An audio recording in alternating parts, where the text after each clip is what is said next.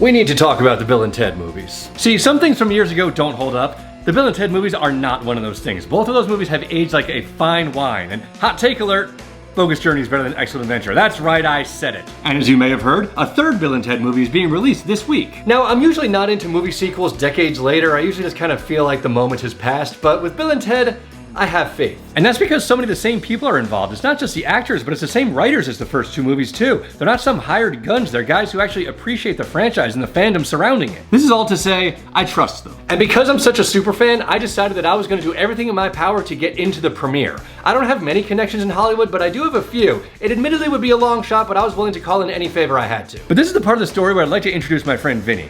Longtime viewers will remember Vinny as the man with the cereal box collection that I did a video about a few years ago. And he thought bigger than just going to the premiere. He wanted to actually be in the movie. And I liked where Vinny's head was at, so I joined him and shifted my focus to actually being in the movie, which turned out to be a great decision because COVID canceled the premiere anyway. So how do you go about getting in a Hollywood movie, especially one that was shot in New Orleans like Bill and Ted 3 was?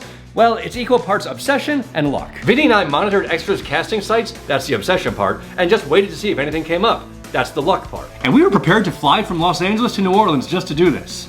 Like I said, obsession. But luck wasn't on our side and nothing ever came up. Until about 7 months ago. They sent a tweet saying that they were looking for extras not in New Orleans, but right here in LA. They were shooting a scene with Kid Cudi and needed extras for a concert scene. Now, if you're a lame out-of-touch dork like me, your first question is, who the hell is Kid Cudi?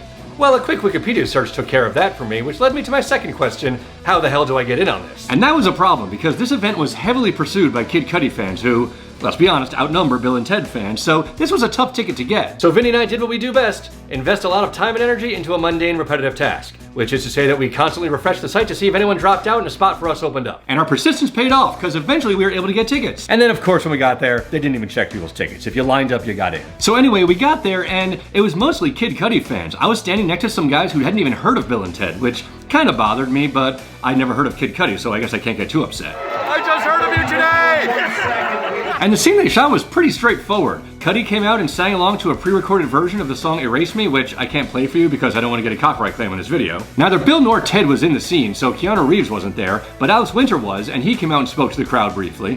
Thank you. Have a great time. Rock on. And if you think I was breaking some kind of rule by taking this footage, I wasn't. They actually encouraged us to use our phones and take pictures and videos. This is where being 6'5" comes in handy because they sought out tall guys to fill out the crowd on the side of the stage. So I was only like 2 to 3 rows from the stage. Then afterwards, Vinny and I even got a picture with the director, Dean Parasot, who was super friendly and talking with all the fans. Station! Station! Station! Wrong crowd for it. Can't believe the station chant didn't catch on. That's a little disappointing. There's a shot in the trailer where Kid Cudi is standing right in front of where I was and blocking me. Not a great sign, I suppose, but still, Vinny and I feel pretty good about our chances of getting in the movie. But we didn't stop there. See, 3 months later, another opportunity presented itself. They asked fans to submit a video of themselves playing guitar, real or air, to a track they provided. So, because coronavirus, we got a few of us together and made a Zoom call version of this. And instead of a guitar, my friend Chris played his newborn son like a guitar. I mean, come on, how do you not include that? And after we submitted, they wrote back and made us all sign releases, so that's a good sign. But we didn't stop there. Vinny and I decided to submit another video and drove 35 miles outside LA to a place called Vasquez Rocks. We chose this location because it's where they shot a scene in Bogus Journey with the evil robot Bill and Ted, a scene that itself was a reference to an old episode of Star Trek. And I thought this was a very strong submission, including this one felt like a no-brainer to me. I even got a tweet praising it from Alex Winter, Bill himself. But this time they didn't send us a release, which is a bad sign.